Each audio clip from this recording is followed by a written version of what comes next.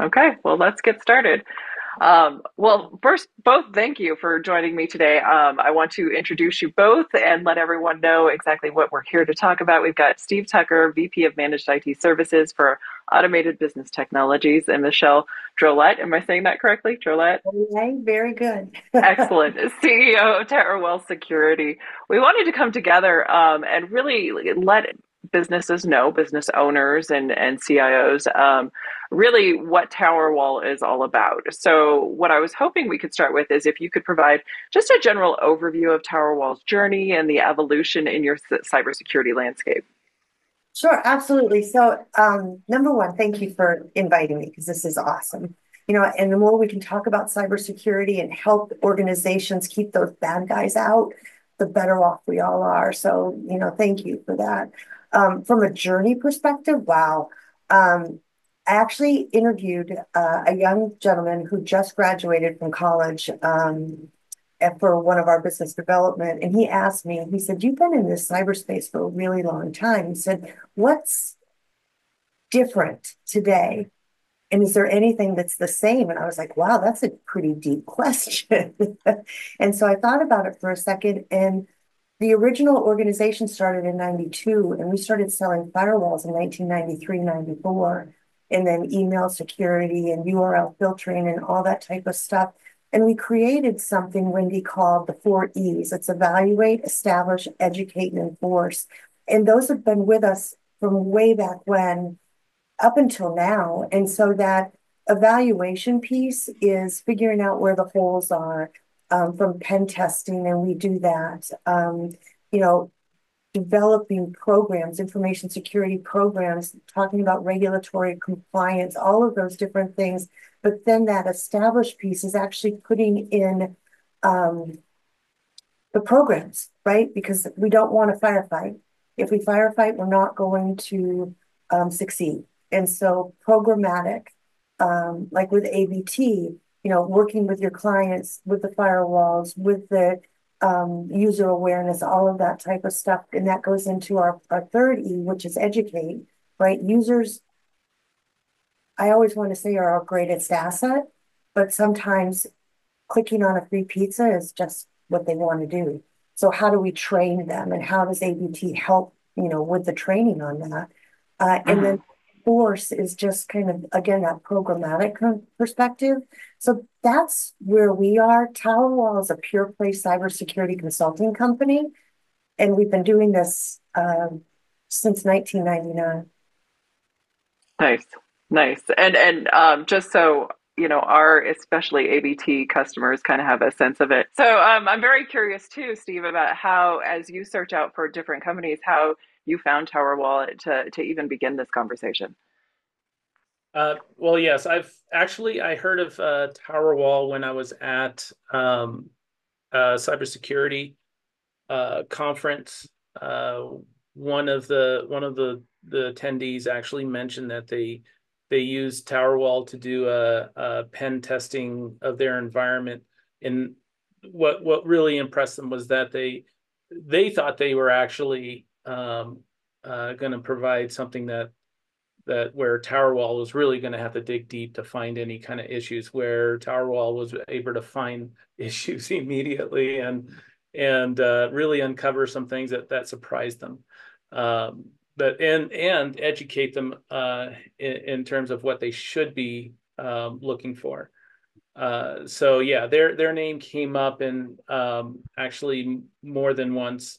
And I had a client that really needed some pen testing done in their environment, and first company that came to my mind was Towerwall. Thank you. Nice. Nice.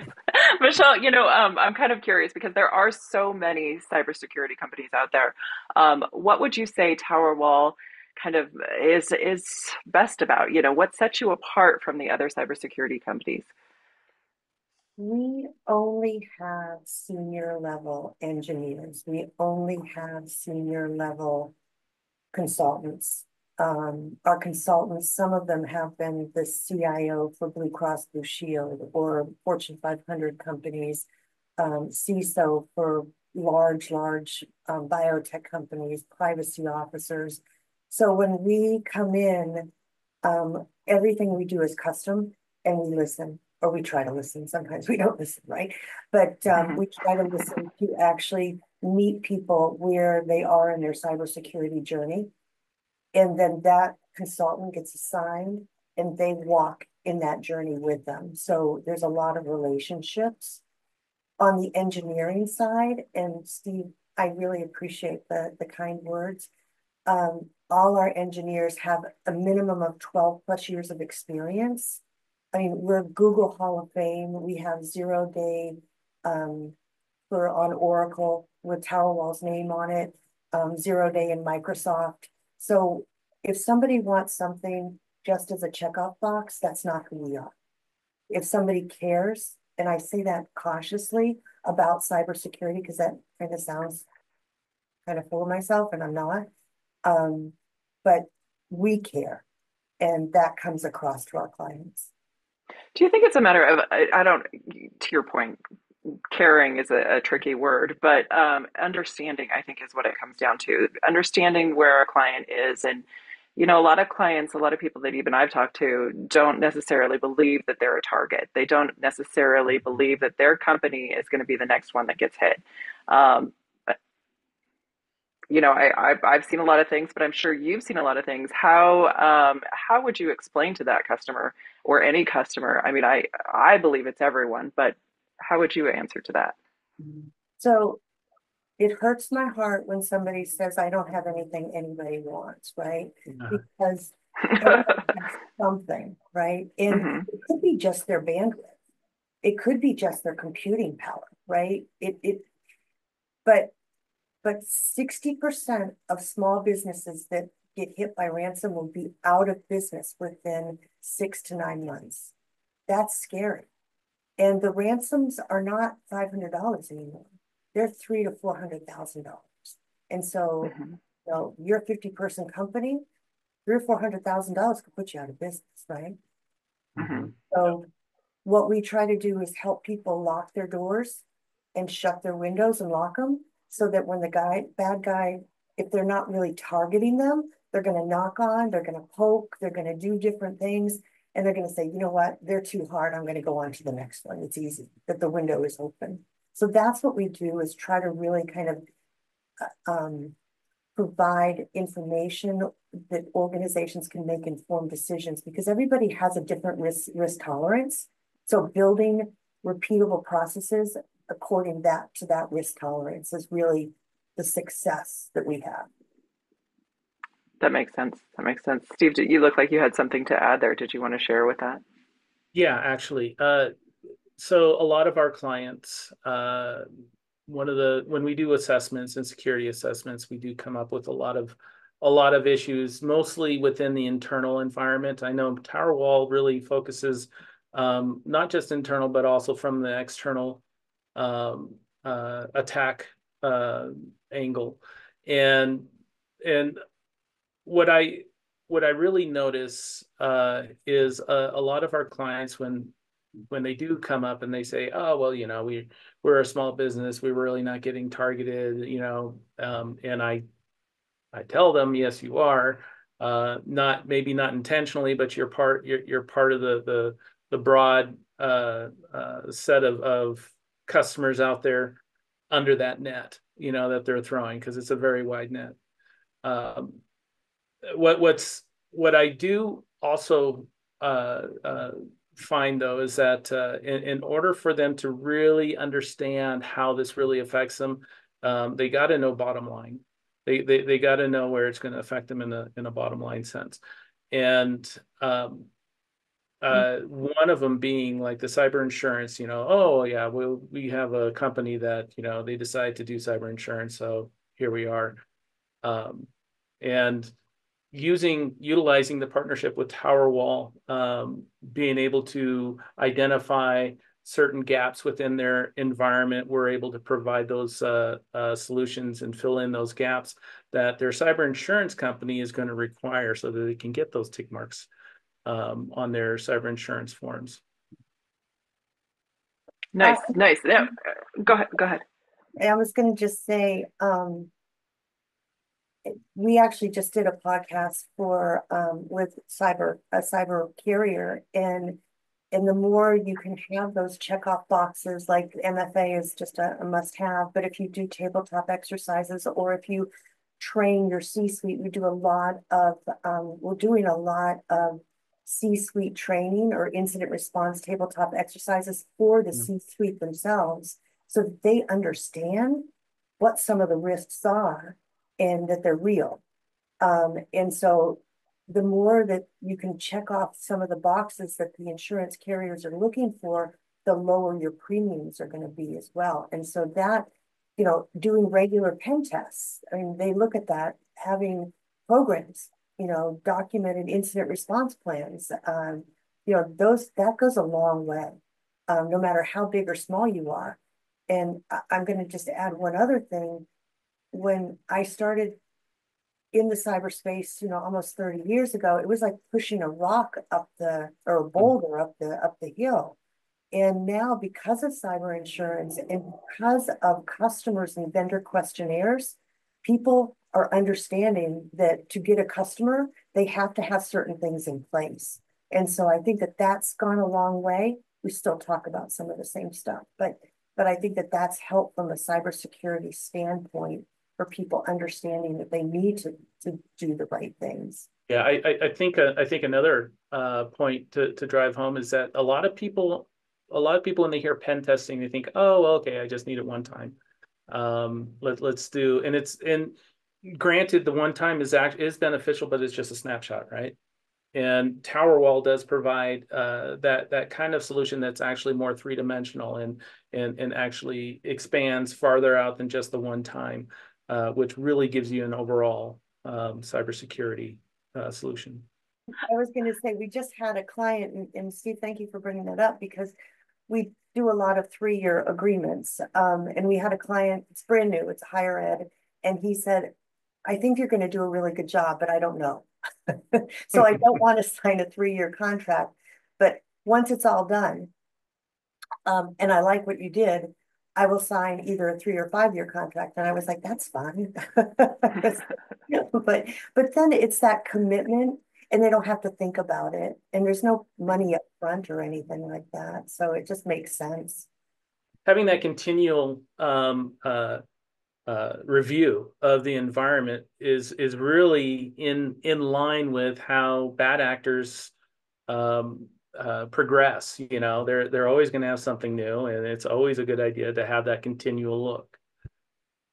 Mhm. Mhm.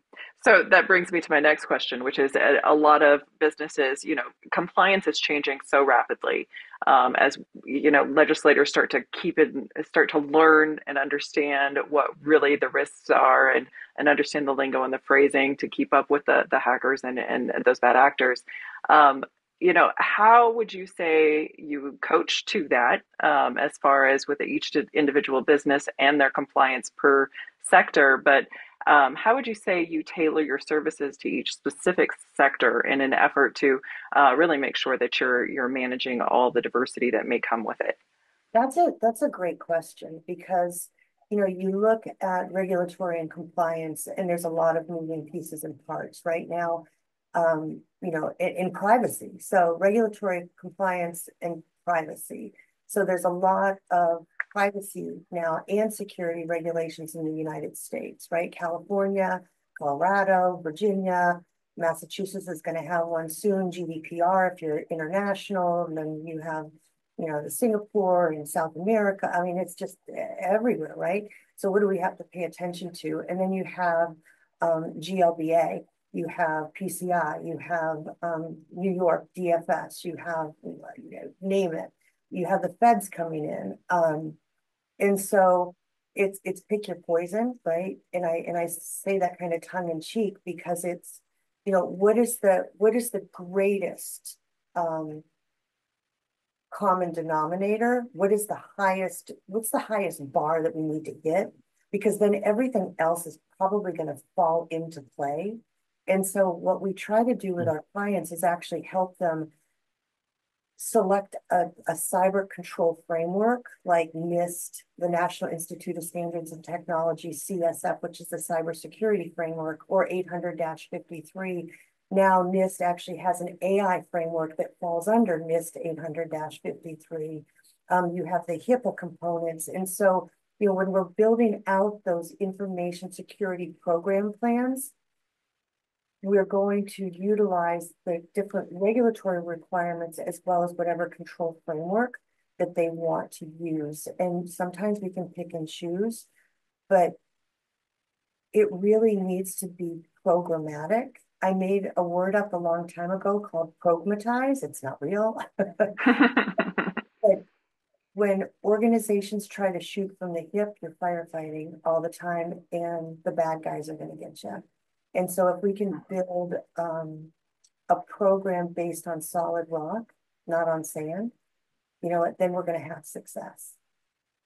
Yeah, I'm curious. How are you guys approaching the aspects of AI becoming more and more of a threat? So we have our Cyber Summit this Thursday, and we have one panel talking about AI. And I think AI has been around, I mean, since what, 1954, right? It's nothing quote unquote new, but ChatGPT and Copilot and things like that have brought it really to the forefront.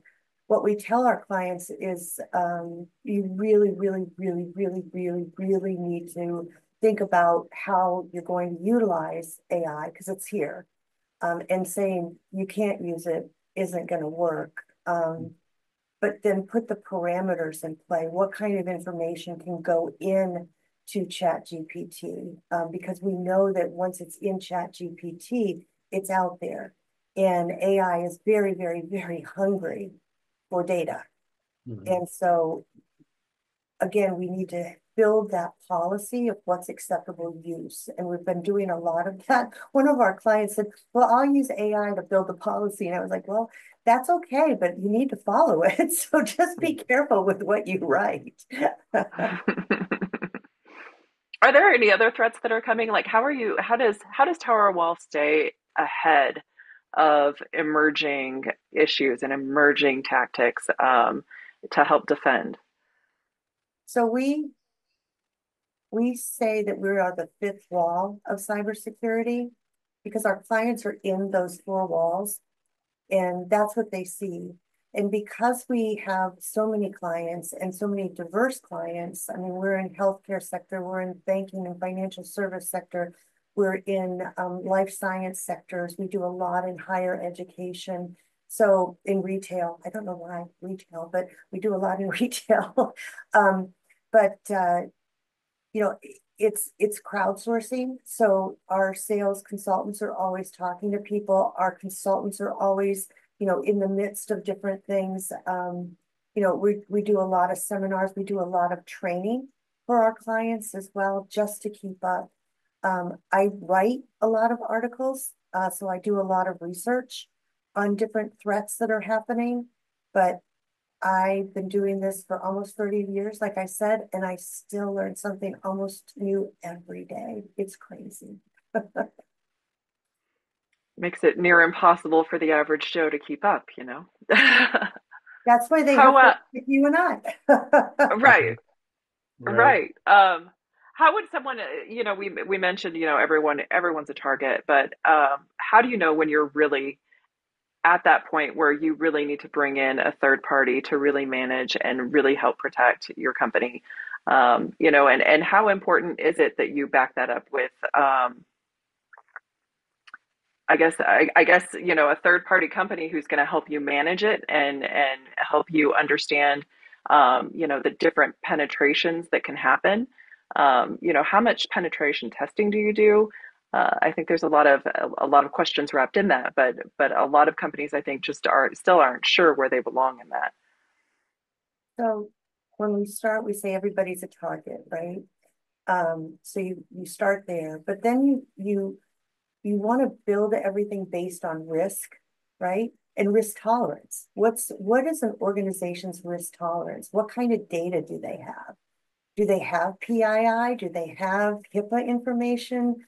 What are the regulatory, what you were talking about, Wendy? What are the Mhm. regulatory requirements, no matter how big or small you are, right? And so you think about that, and then again, it's programmatic. So then you're building the program, and it doesn't have to be built overnight. And what I say when organizations say, okay, we're talking to, a cybersecurity consulting company, I said, document it. At least you've shown that you've started doing due diligence. So if something bad happens, you can say, I started, you know? Um, and again, it's all depends on risk and types of data. And we don't have to build a fortress. What we can do is build and only protect what needs to be protected, because you can't protect everything. And COVID changed the whole way that we protected ourselves, right? We had our firewall, we had everybody inside our office. Work from home, yes, it was there, but not anything like, March 2020, when everybody left their office and all of a sudden their desk was their coffee table or their kitchen table, or and their equipment was potentially their equipment. And all games changed. So the way that we build programs and secure things has changed. And so you need to think about that. Mhm. Mhm. Can you maybe describe a scenario, like from beginning to end, where you came in, what the process was, how it evolved, and I mean, the success story is assumed, but Um, so we created something called the 8 dimensions, and I'm just going to start there. So, and cyber is really complex, right? And the bad guys, I'm going to step back for 2 seconds, Wendy, if you don't mind. The bad absolutely. guys, the bad operatives, actually have something called the dark web. The dark web's been out there forever, but now the dark web actually is a marketplace. So you can rent ransomware for less than $300 for a week. You can buy a list of targeted people that you want. And they actually have people now that will run your ransomware attack for you. So you can hire people to actually do it for you. And then they actually have a help desk. So if you have issues along the way, you can actually talk to somebody and they will help you put this all together. So think about that scenario, right? Um, Fast forward, we talked about programmatic, and you'll hear me say that all the time. It's building the information security program based on your risk tolerance as well as your regulatory requirements. So then it's building your policies, your programs, all of that type of stuff. And then you look at third parties. So then you have vendor risk management. And it's not just about you, it's who you partner with. So you need to make sure not only that you're secure, but the people that you're working with from technology. So Microsoft Office 365, Salesforce, it's your instance of installation. It's you're the one that is securing things. AWS, AWS protects themselves. They don't protect you. So what are the Mhm. controls that you're going to put around AWS from a vendor risk management perspective? Then you have vulnerability management, right? So what is your pen test? Do you have applications that need to get penetration or pen test? Do you have inside? Because you could be hard and crunchy on the outside, but you need to look at yourself on the inside too. And what are the threats inside? You have cyber insurance we talked about. We talked about user awareness. Again, this is all part of the program. You have I said vulnerability management, cyber insurance programs, um, access control. Who has access to the different things, and those are all things that people need to think about when they're building their program and working with ABT as well as Towerwall. So a quick scenario is one of our clients actually has been a client for almost 17 years, and he bought one piece of technology. It's a higher education organization. And he came to our summit last year and he goes, Michelle, I had no idea all the things that you did. That hurts my heart. Um, but but you know, again, we've come through a journey with them, working with their consortium, doing a risk assessment, helping them build out their program, and now going into that college and actually helping them build out their information security program as well. So it's just fun. Like some of our clients have been with us since almost inception of the original company. And that's my pride and joy. I think that's great. That's a true testament right there, is longevity of your customers for sure. Someone who may be looking for cybersecurity partners, maybe looking at, you mentioned your team is all senior level, but the ongoing education of your team. So, can you maybe give us some insight into the different trainings that you continue with, your continued education for your team? Sure. So we work with about 60 different partners.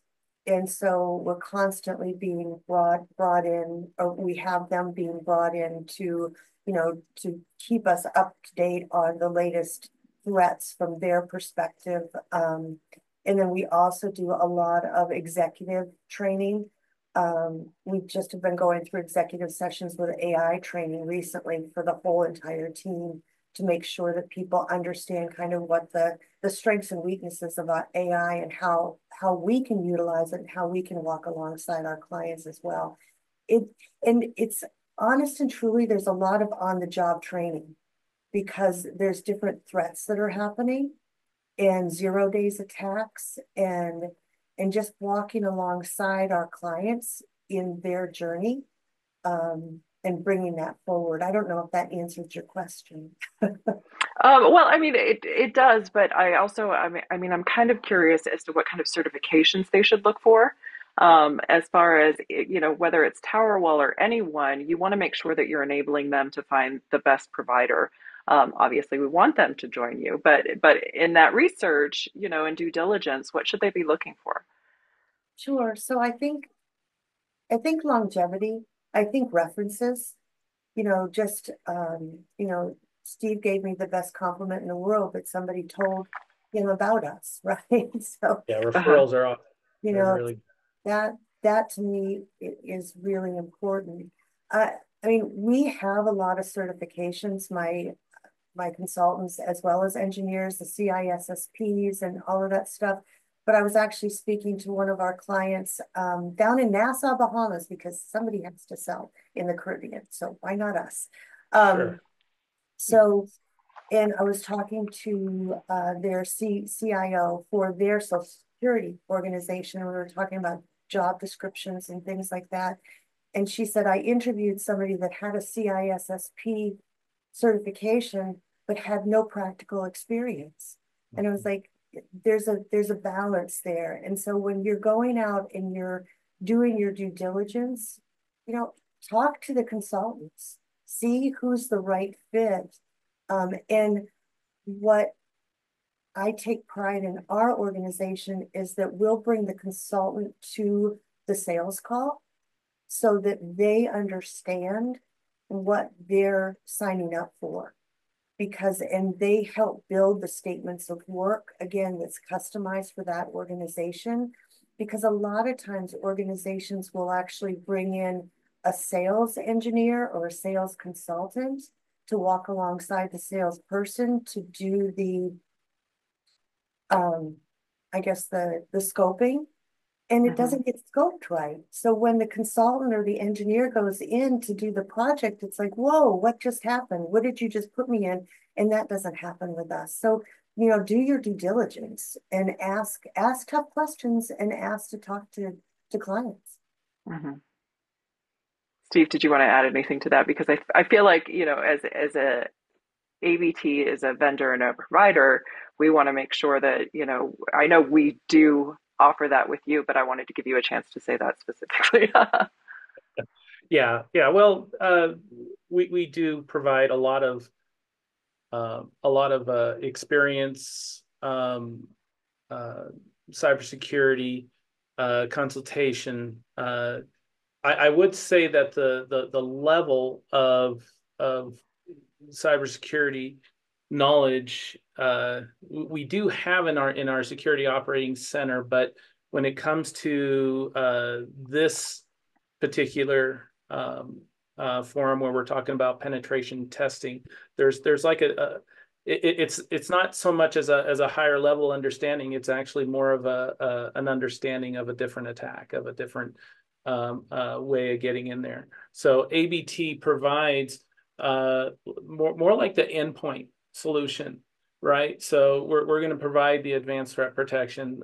We talk to Towerwall. They go through the pen testing and they have a continual review. And we work with Towerwall where we can talk to our clients and work with them to find and provide them the solutions, that the gaps that are found through Towerwall. And I'm going to Right. add to that, Steve, because you know what? Kudos to ABT, because there's so many MSPs and MSSPs that want to test themselves. And for you all to say, you know what?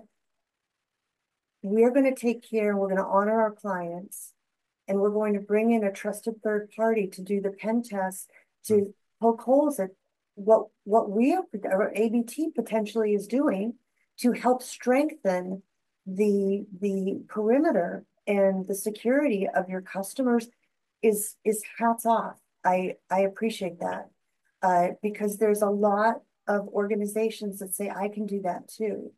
And if we all stay in our swim lane and do what we do well, you know what?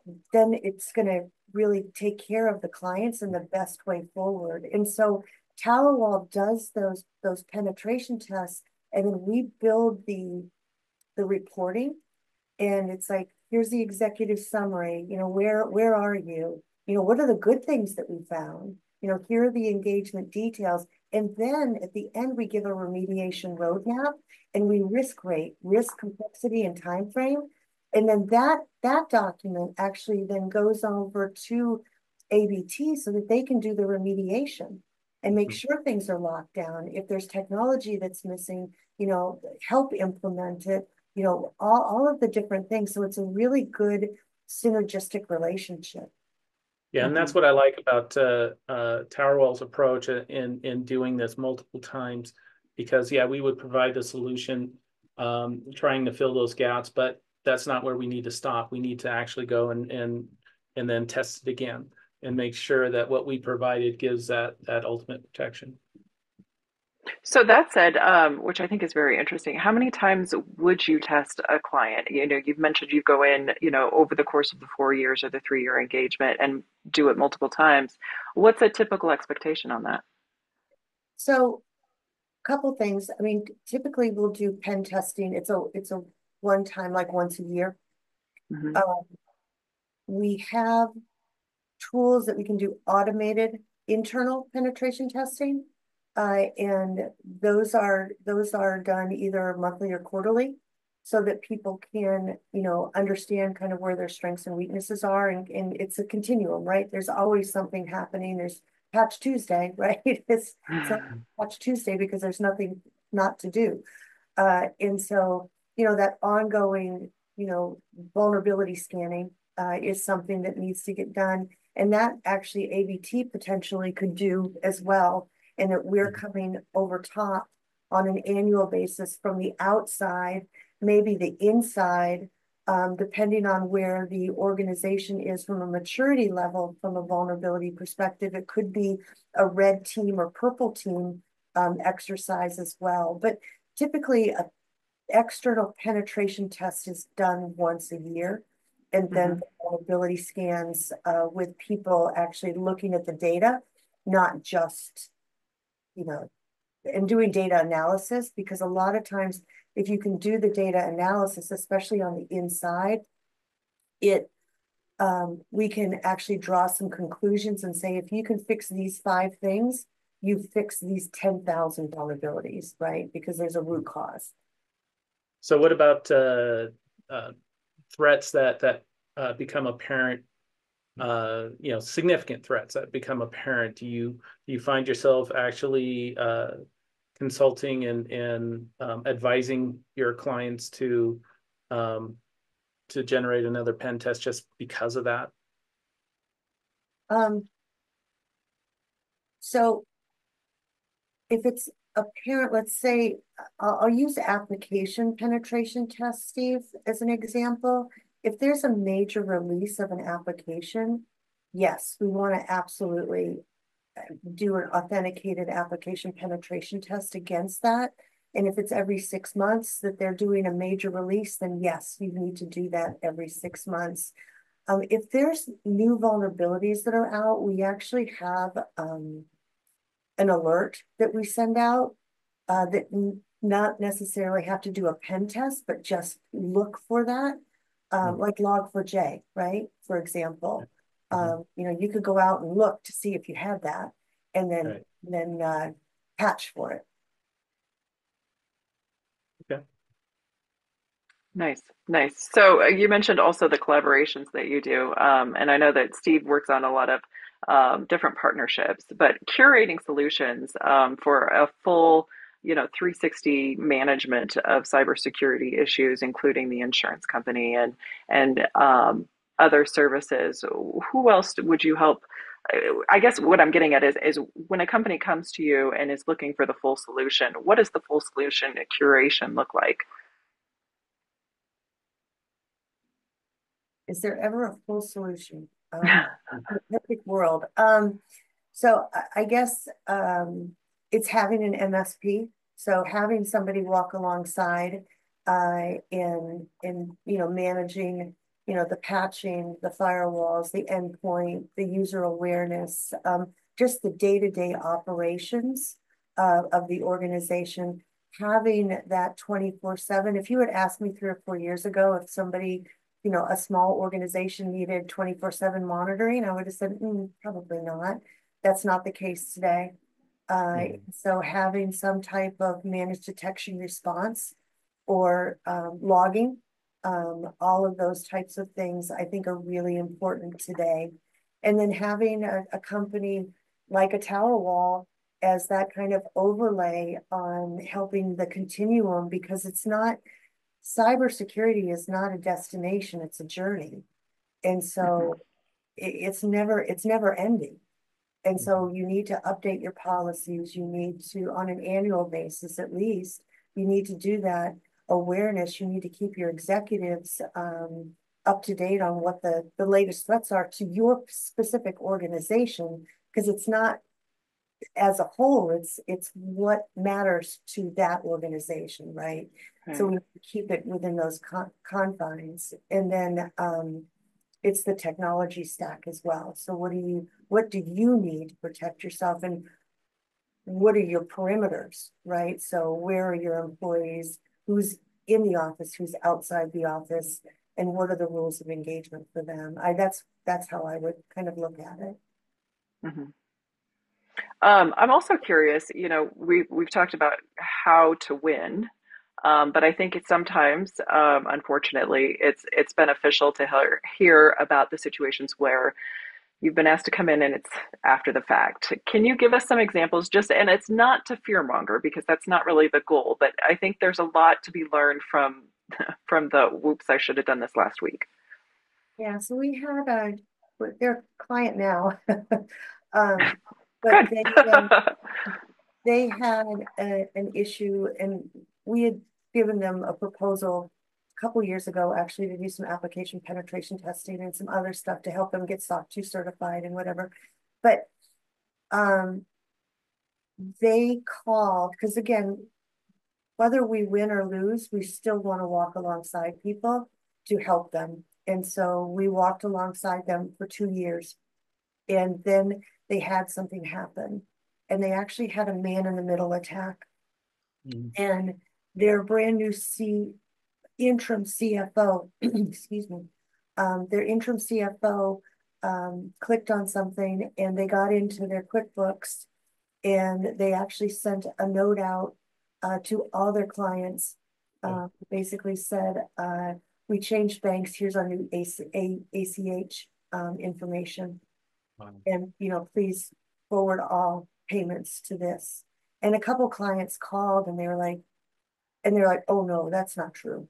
And so they called us. And while I have certified incident handlers on our team, we do not do that on a regular basis. And you have to be very, very good and you have to be certified. And so again, I try to stay in my swim lane and do what we do the best.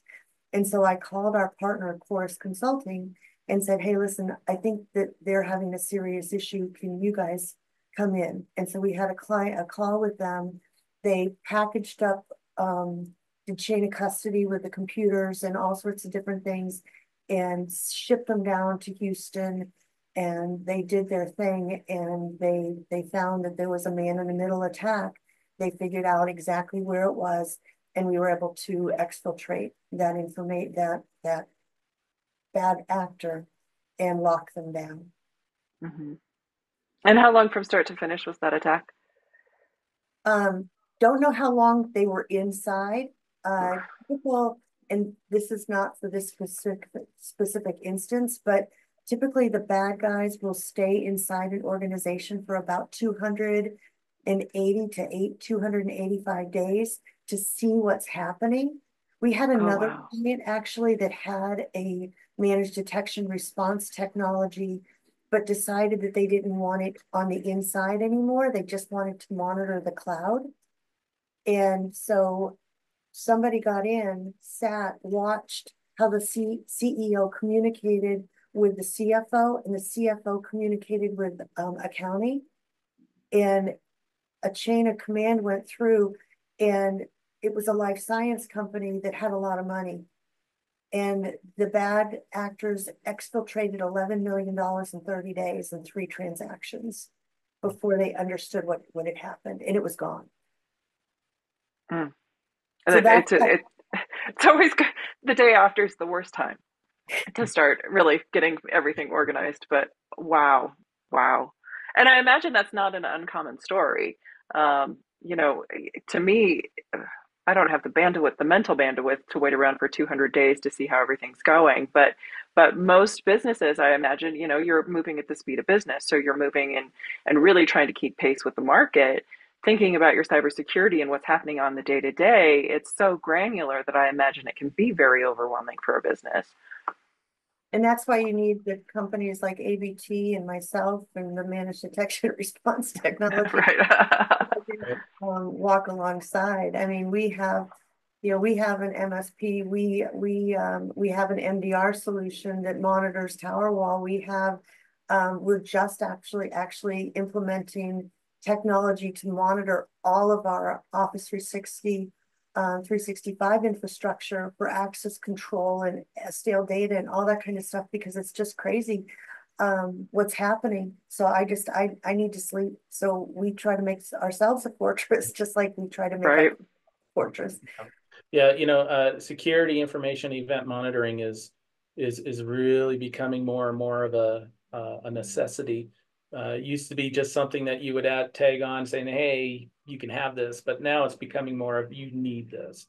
Uh, and basically just for those who are unaware of what that really entails, it's it's really monitoring millions of data that's going on throughout the environment, through from the PCs to the firewalls to O365, Azure, all of that, and utilizing technology to identify bad behavior within an environment and notify um, rather instantly about these kinds of things that are happening within the environment. Because a man in the middle, certainly there's things that happened that were done. Nobody was monitoring it. Nobody was looking to see that this was created. An account was created, and it's actually monitoring certain elements within your environment. Nobody's looking for that, but a SIM solution would be. Wow.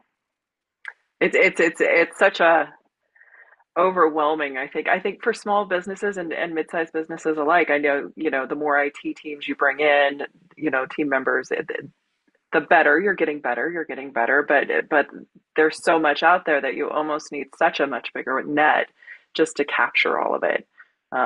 So I think it's great, which both of you are doing. If you think about it, it's not for the faint of heart, and it's $1 trillion industry. Hmm. It's $1 trillion. It's big business. It's not guys in the basement, right? I mean, there's still some of that, but it's mostly 9 to 5 in Russia, in Brazil, in India, Well, and it's like you going to work, you go to an office, and they do, they your do. job is actually to program bad behavior, And now with AI, so AI can be for the good, it can be used for the bad. So you Yeah. think about phishing, right? And you think about 3, 4, 5 years ago, you know, hi, Drolet, or hi, nothing, and misspellings and all of that kind of stuff. Well, Yeah. now they have AI. And now those emails and those phishing attacks are beautiful. And, it's HR at the last day of the month because now, you know, there's a different bonus structure or, there's different health care. And so it's like just inviting to say, oh, yeah, I need to do that. And so that whole user awareness component is really key because that's how they're still getting in. But now with AI, the bad guys can can utilize it too and make themselves look way prettier.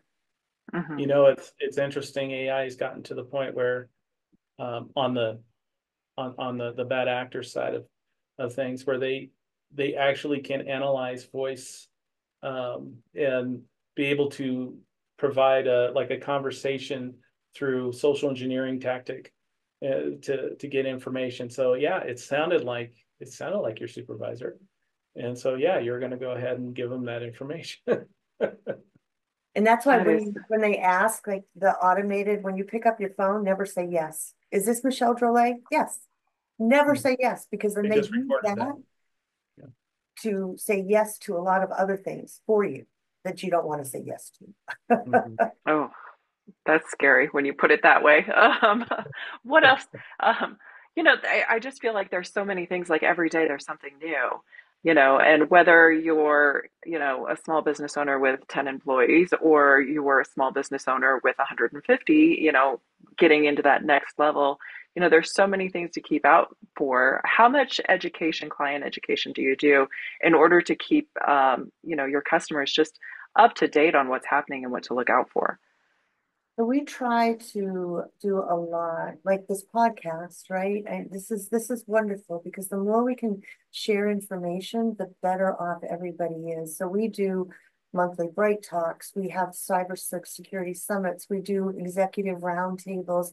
However, we can get in front of clients to or prospects or just general public to help them understand what the threats are, and just help them make informed decisions, right? Because you don't have to be Fort Knox, but you need to protect what's important to you. Hmm. Nice. And I feel like there's so much I could ask you, but is there anything I didn't ask you that I should have? I, I don't know if you didn't ask me anything. I think all your questions were awesome. I think just from a thought, everybody's a target, right? Everybody's a target. But what you need to do is protect the things that are important to you. And you need to make sure that all your employees understand that they either are your greatest strength or your weakest link. And because they click on something, you could be out of business and they could be out of a job. And I'm not trying to fearmonger, like you said earlier, but it's the truth. And Mhm. so the more informed your employees are on what some of the threats out there are, the easier it's going to be for you as an organization to protect yourself. Hmm. Absolutely. Absolutely. And for those who are listening, tell us all how we can find you. Obviously, reaching out to ABT is important, but if you want to do more research on Towerwall. Sure, it's my name again is Michelle Drolet. It's Michelle D at towerwall.com, and it's towerwall.com. And then I have LinkedIn and all sorts of different things. So however you would like to reach out to us, we would appreciate it.